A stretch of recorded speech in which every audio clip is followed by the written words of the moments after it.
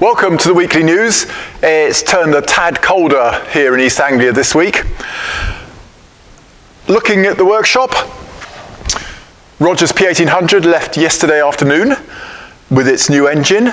He spent the night locally in a hotel and he should be wending his way southwest right now, putting some more miles on that engine.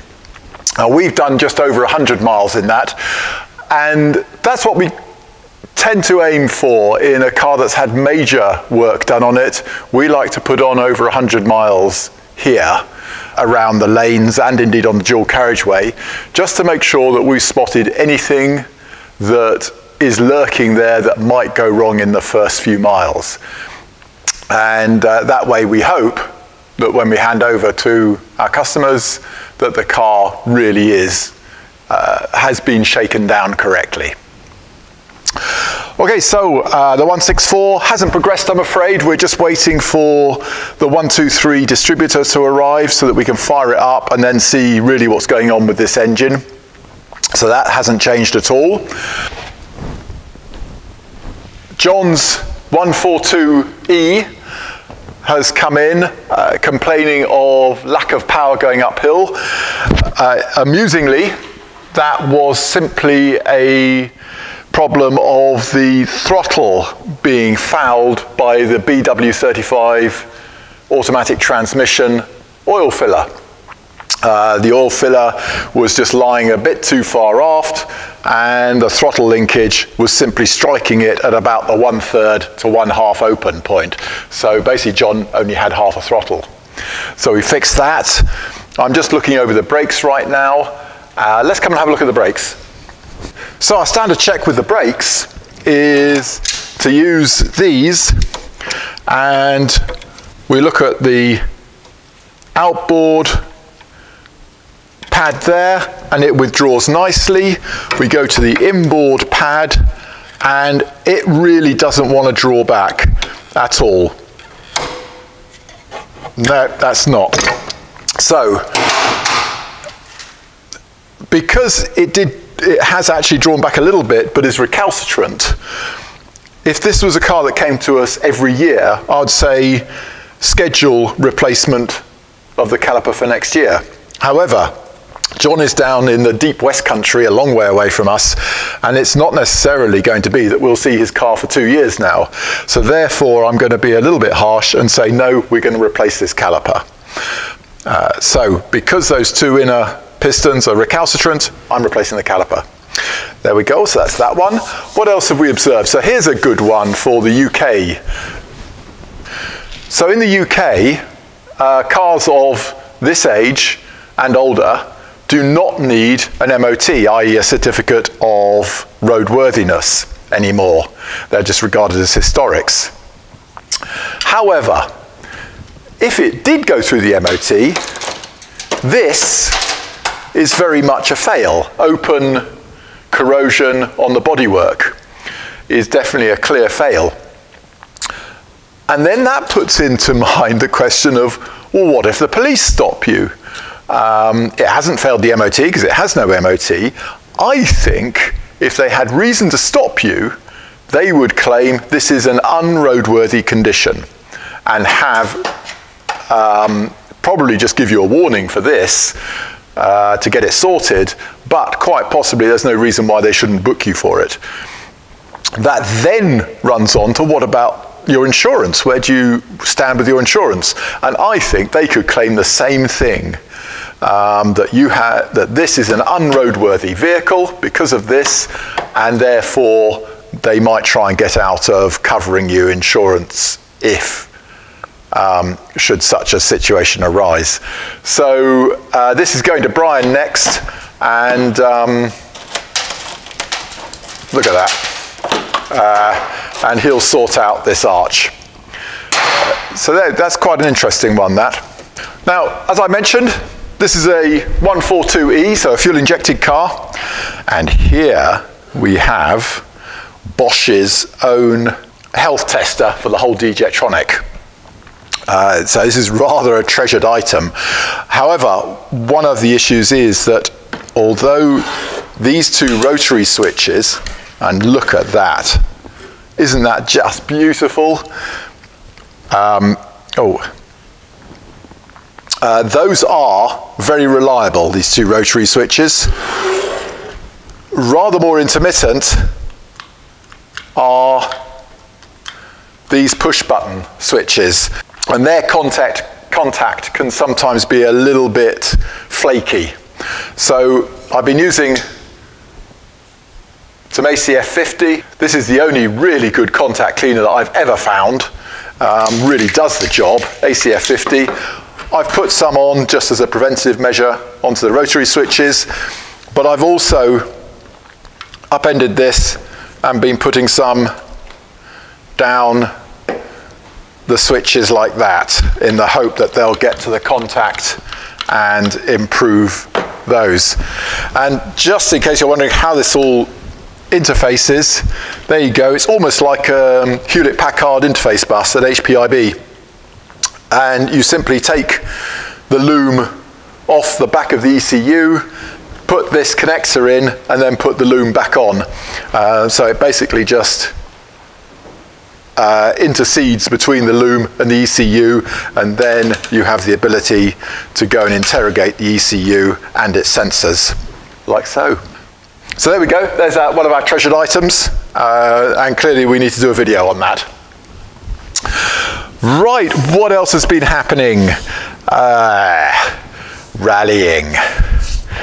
So the last few weekly news, I've been mentioning two events.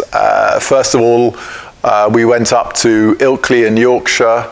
I was with Amy in her car, in her 142. And then last weekend, I was back out with Gareth up in Cheshire. And both times the drivers were on good form. Sadly, I wasn't. I don't know why, but I've been careless on both of those events. Not willingly. I thought I was as sharp as I usually am, but very careless and making a lot of mistakes on the road. And we came something like 30th and 37th in each event.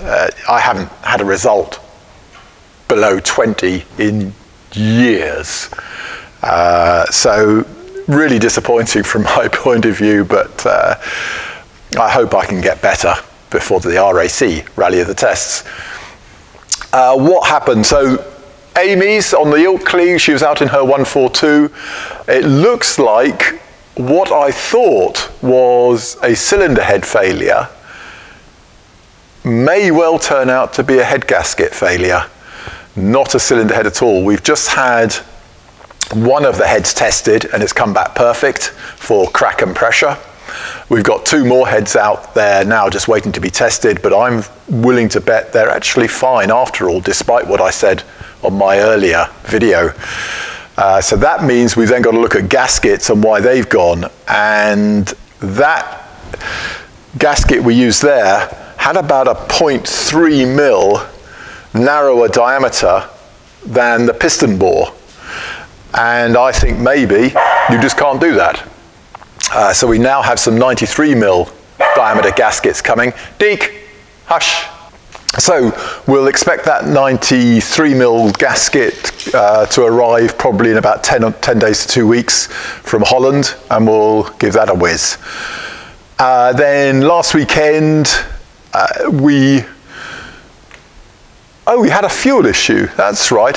Sometime mid-afternoon on two of the tests, that is, go as fast as you can on private land, we started misfire or stuttering and lost power. We managed to get it going again and went out onto the public road, and again it lost power. And Gareth tells me that it was leaking fuel from underneath, so he thought split pipe. Split pipe is pretty hard to achieve. I wonder if a union had let go.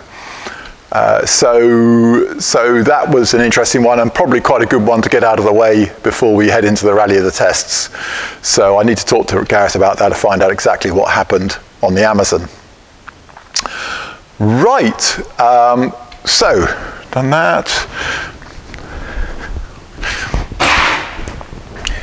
Here is Christopher's new axle. So Christopher has just got into rallying. He's bought an early-ish Amazon, so the early type M27 axle. And we have managed, but it was an ENV, which is probably not strong enough to rally hard, and B, you can't get any replacement crown wheel and pinion or LSD or ATBs for it. So we found him this nice P1800 axle here. It's got, of course, being P1800, the 4-5-6 diff ratio, which is probably the best one for competing on the road, open road. And we've put in a Quaife ATB carrier in here, so that's going to improve things in traction, and brand new pair of half shafts which we can now get. So that's all ready to go up to Rob Kitchen in Norfolk Classic and Sports Cars. He'll be offering it up to Christopher's car because we are fully booked at the moment for another year. And so that's that. That also happened in the workshop this week. Oh, that's the cylinder head back that we got tested that we were talking about a minute ago. So just waiting for the gasket, and then that can go back onto Amy's car.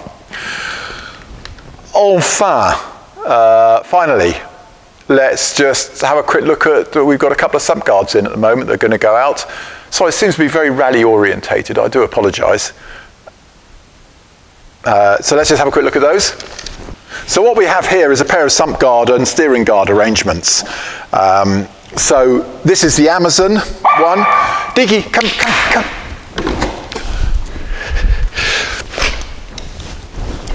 I don't know why you like barking at the camera.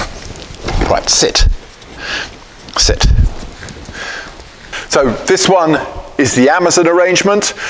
So 8mm 6082 alloy here.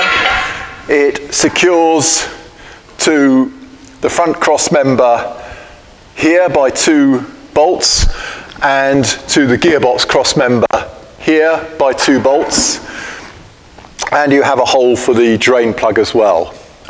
Then the important bit, particularly to us, is the steering guard, because of course this era of Volvos all has the steering very vulnerable at the front lower, and so therefore if you're going to hit a lump, it's probably your steering that's going to be the first thing to hit it. So hence the steering guard. That picks up on the same 2 bolts as the sump guard at the back of the guard, and then picks up on 3 bolts through into the radiator cross member. So that's how that secures. The PV one is very, very similar. Slightly more elaborate profile due to the different layout of the cross member. And then the steering guard, because it's a tubular radiator cross member on the PV, we then drop, tack weld a couple of tabs down from that tube, then take this away and seam weld those 2 tabs, and then it's just bolts, 2 bolts, 1 each side, fore and aft. So that's how those work. And as I say, it's more a question of protecting the car from damage to the steering.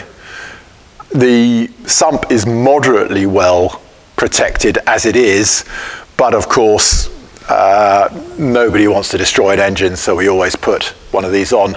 And these guards are what we use on the London to Cape Town and all our Peking to Paris cars. So, you know, if you're worried about the fact that I've got them quite so slim, it's because they work. So that's what we use. And of course on all our UK rallying as well. Well, that was it. So last weekend, yeah, Saturday was pretty awful from my point of view, competing up in Cheshire. The good news is that my daughter Amy and I then travelled across to the Midlands to a place called Cannock Chase, a load of forestry land, where she was doing a 6-hour endurance mountain bike race. And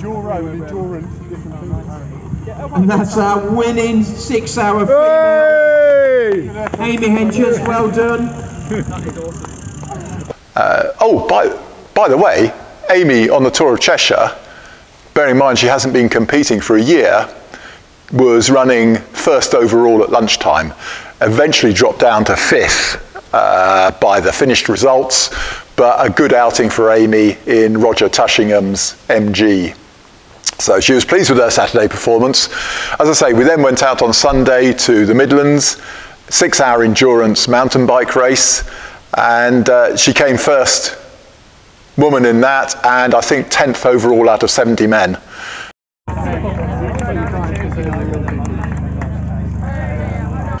So we had a smashing day there, and it was nice actually just to be part of a very friendly crowd there for 6 hours as they went rushing around the forests on the mountain bikes. Well, that's it. Next weekend I'll be in Derbyshire, I think, on the Dansport Rally, again with Gareth. And I need to talk to Gareth actually to find out whether we're in a Volvo or a Porsche, as to which choice of car he's going to use for that one. So hopefully I'll have better news of my performance after that, although at the moment it seems to be inexorably getting worse and worse. There we go. Thank you very much. Talk to you next week.